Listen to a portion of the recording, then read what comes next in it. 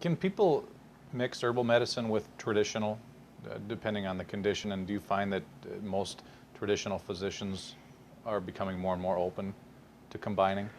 Yes and no. The people that really, the integrated docs that really delve into learning integrated medicine and so get rid of the fears of herbal medicines, they're doing it. They have no problems doing it. And for example, in Germany too, up until the early 1990s, it was routine practice that you would use herbs and drugs simultaneously.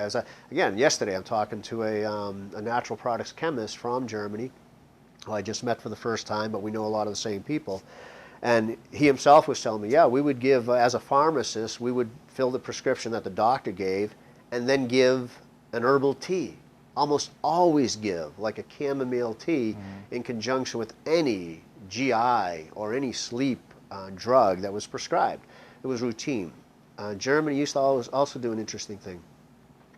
When they would, a lot of times when somebody has a weak heart and they might be prescribed digoxin, a digitalis glycoside synthetic drug used to be derived from digitalis plant.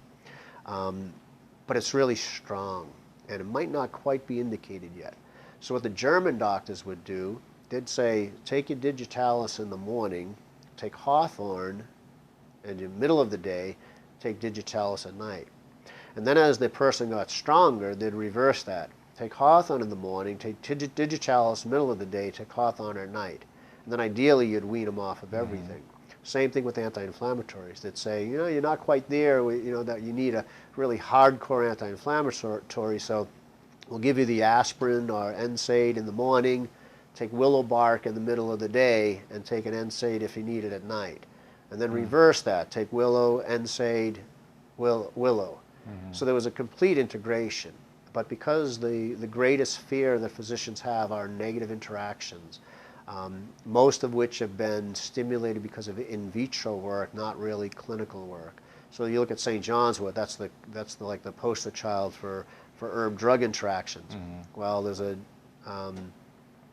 dear friend of mine who's one of the leading medical researchers on depressive studies and Alzheimer's for the National Institutes of Mental Health.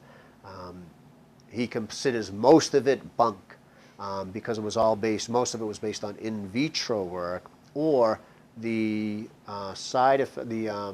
changes in drug profile that were being seen were not resulting in clinically relevant changes in parameters.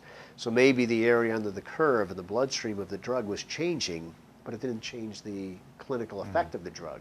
So there's a lot of misinformation, and there's still a lot of fear about using drugs in conjunction with natural therapies. But somebody who's really is used to good patient management care, no problem whatsoever. And there, with exceptions. Garlic, you would never take garlic in conjunction with something like garlic or Chinese salvia or dong quai in conjunction with blood thinning medications, because they do have clinically relevant effects on thinning the blood. So there's reality to some of the adverse effects, but it's been exaggerated. But anybody who's really skilled at it, or not even really skilled, just knowledgeable about the management care, there's no problem whatsoever.